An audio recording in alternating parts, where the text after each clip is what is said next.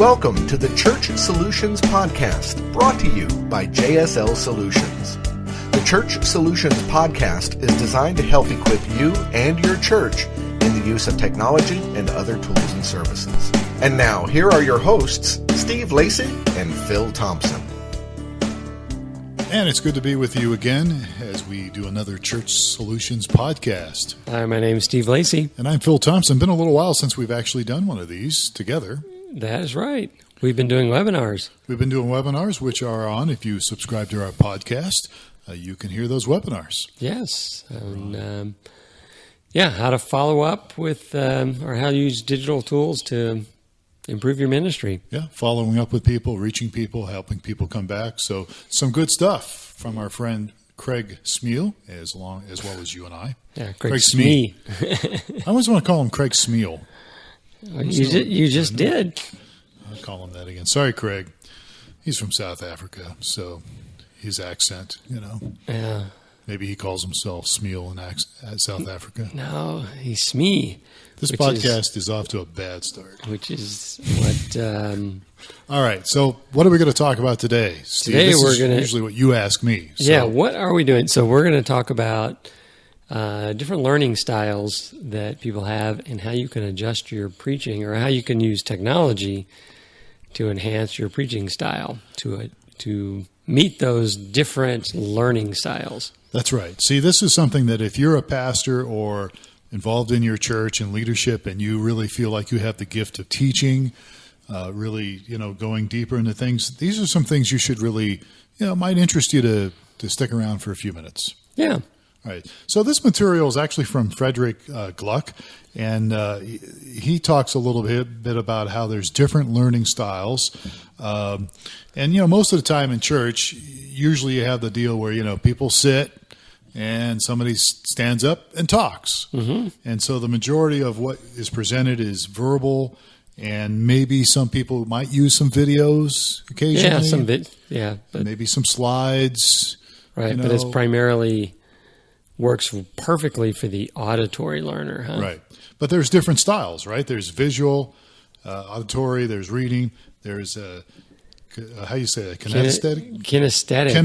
Kinesthetic, which is that's like a physical thing, isn't it? That's like So I mean, this is my wife's a teacher, and I don't know why I get exposed to this, but some people learn by visual, by seeing things happen. Some learn best by hearing, and then the other is reading. Right. And then the last one I think is more doing than like little things. Hands-on, actually doing things they learn best. Kinesthetic. Okay, good. So, and by the way, I've been in a church that has done all four of these. And so, and I think they are really valid, and I think it's important to really consider. So I guess the idea is that, we're talking about technology. We're a company that helps churches use technology.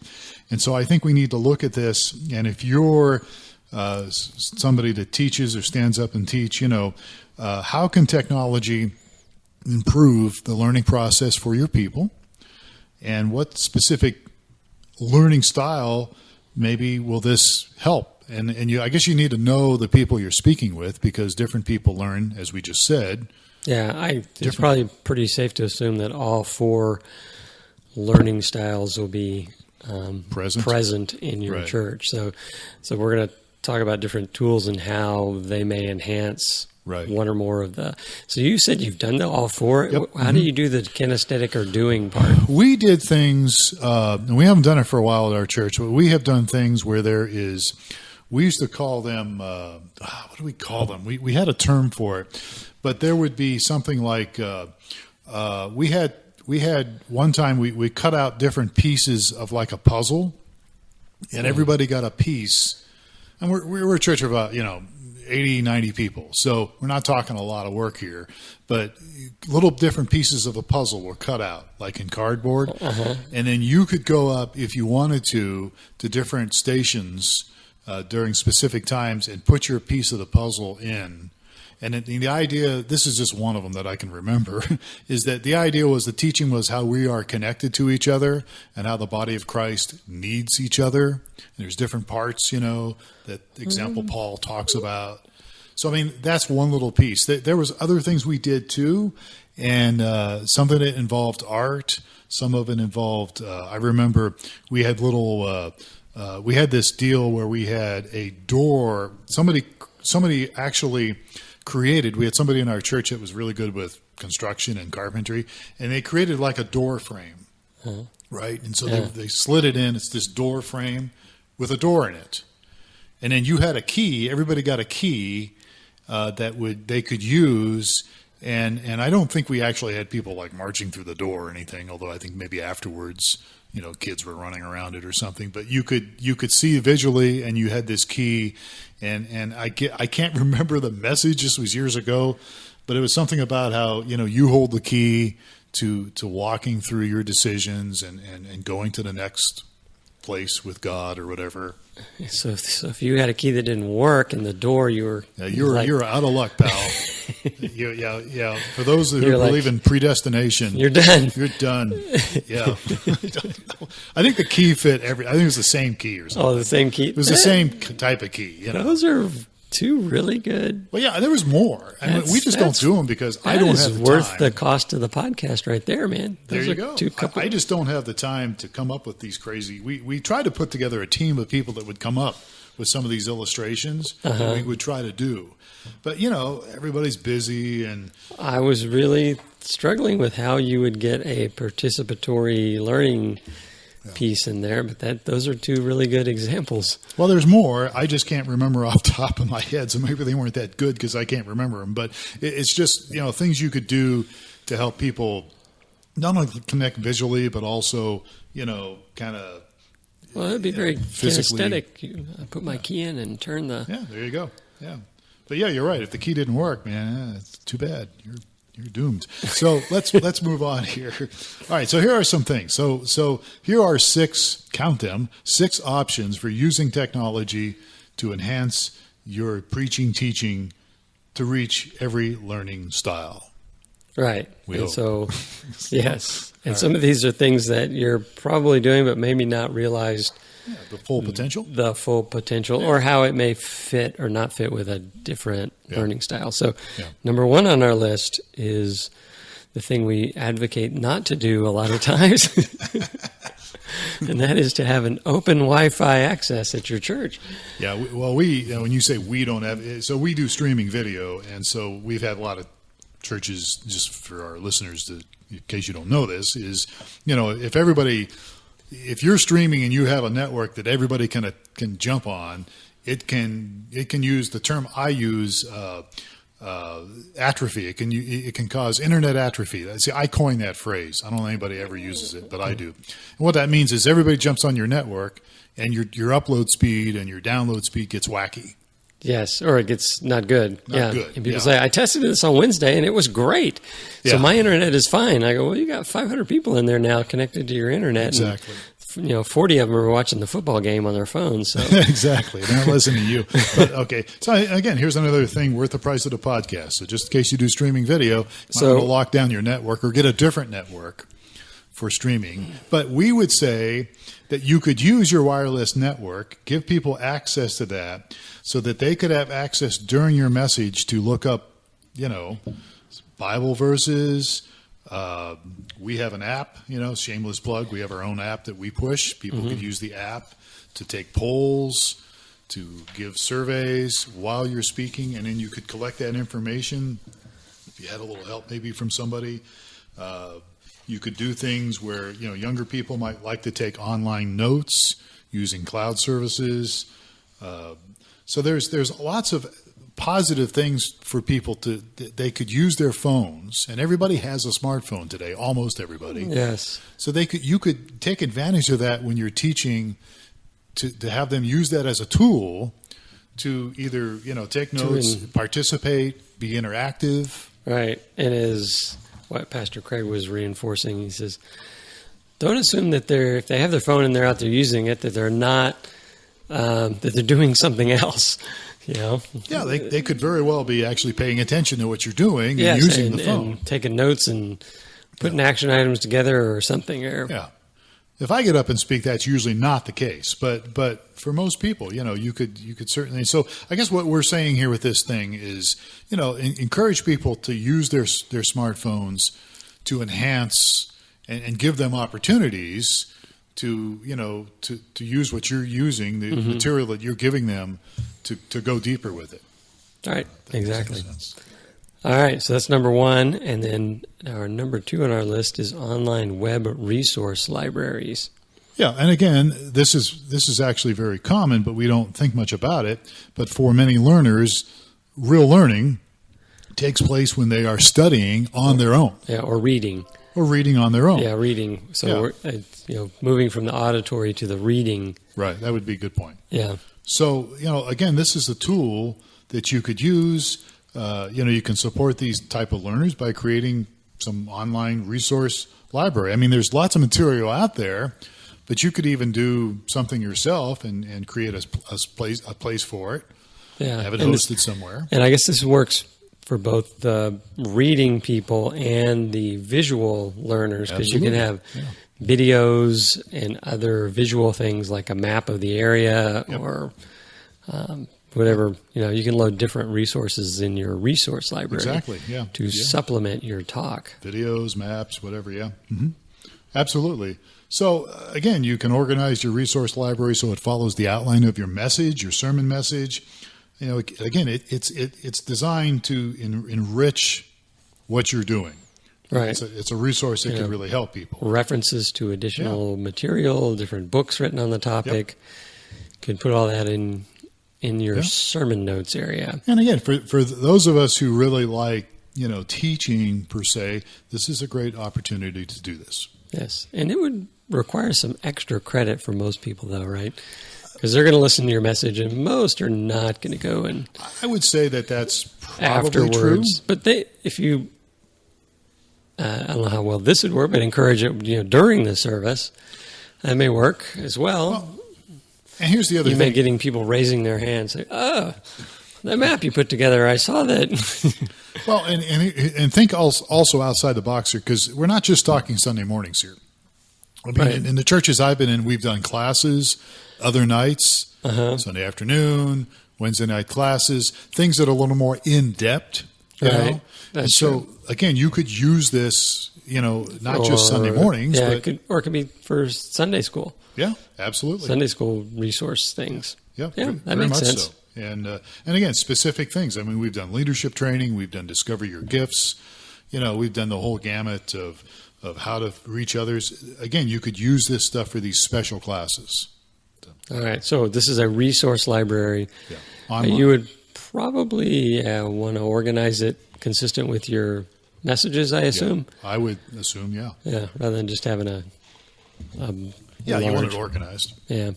But again, those that are good teachers will do that. All right. At least we think so. All right, let's move on here. So number 3 is video and podcasting. So podcasting, yes. So this is visual and auditory. Exactly, yeah. So again, creating and producing videos, we've said this over and over again on all our other podcasts, doesn't have to be complicated. Or another way to say that would be professional and excellent.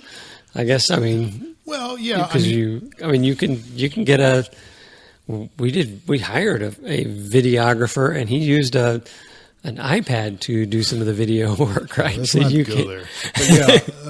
But yeah, seriously, with the quality of the tools out there today, you can create an excellent video just sticking a phone on a tripod and talking to it. Yeah, I haven't heard the tripods. What are no, those? I'm not sure what that is either. My iPad was stuck in my head, so tripod. Tripod. That's a good idea, though. Let's make one. All right, but seriously, yeah. So you can do videos, and again, you could record more intimate times. Some people call them fireside chats. Mm-hmm. You could do it from your office if you're a pastor or Sunday school leader of some type. And again, you can upload these things on places like YouTube or Vimeo. Certainly you could use us, our company, streamingchurch.tv. And again, you can take the audio tracks for these talks, put them on podcast. You're a big podcast person. I have been. I've been, yes, since I was an audio book guy for before many years. podcast. Before there were podcasts. You were into podcast before podcast. I was, yes. Yeah, so again, a great tool to use. And we're talking here about using technology to enhance what you're doing. And this is a great way to do that. Yeah, so. And then there's, I don't know if we're talking about it later. No, I don't think we are. I mean, a lot of churches are doing this now, is including video clips to enhance or reinforce the message during the message. Yeah, we've talked about that before, but absolutely, you could certainly do it Sunday morning. If you're not doing that now, that's been around for a long time, but there's lots of clips out there. There's you can subscribe to, I don't remember if it's called Church Media. There's a few of them. But there's a few of them you can subscribe to, and you can buy individual videos from them to illustrate a point. And some of them are very, very good. Yeah. Our guy we interviewed, Chang, what's his first name? Who's that? Oh, Kenny. Kenny. Yeah, Kenny. Kenny Chong. He runs a company that provides those services. We need to come back on here. We've had him on a few times, and he's always out and about. I mean, this guy's everywhere. But yeah, absolutely. So lots of things you could use here as tools. All right. So number 4 on our list. Number 4 is blogs and online conversations. So blogs, we've talked about this before, and especially if you can do a blog and have it connected to your website, it can be a really good way to enhance your SEO. Tied into your message as well. Your message. So that, it would be a triple threat here. You would give the message, say, I've got to write up on this on my blog, provide me comments, and you can ask questions and go back and forth. And you can post your blog on your website. You could post your blog, a link from your website to like Facebook, different Twitter, different things like that. Even Instagram you could do. And you can, again, drive people to your website, but most importantly, help them expand and learn whatever the topic is you're on. Blogs can certainly do that. They can go into a little more depth on things, and certainly can, as you mentioned just a minute ago, you can even make it interactive. People can make comments on your blog, and as Craig Smee would say, or as I like to call him, Craig Smell, Craig would say, if you're going to make it interactive, make sure you respond to people when they respond to you. Yes. So whether that's Facebook or blogs or whatever, yes. Yeah. And online conversations, I guess, would kind of go along with that.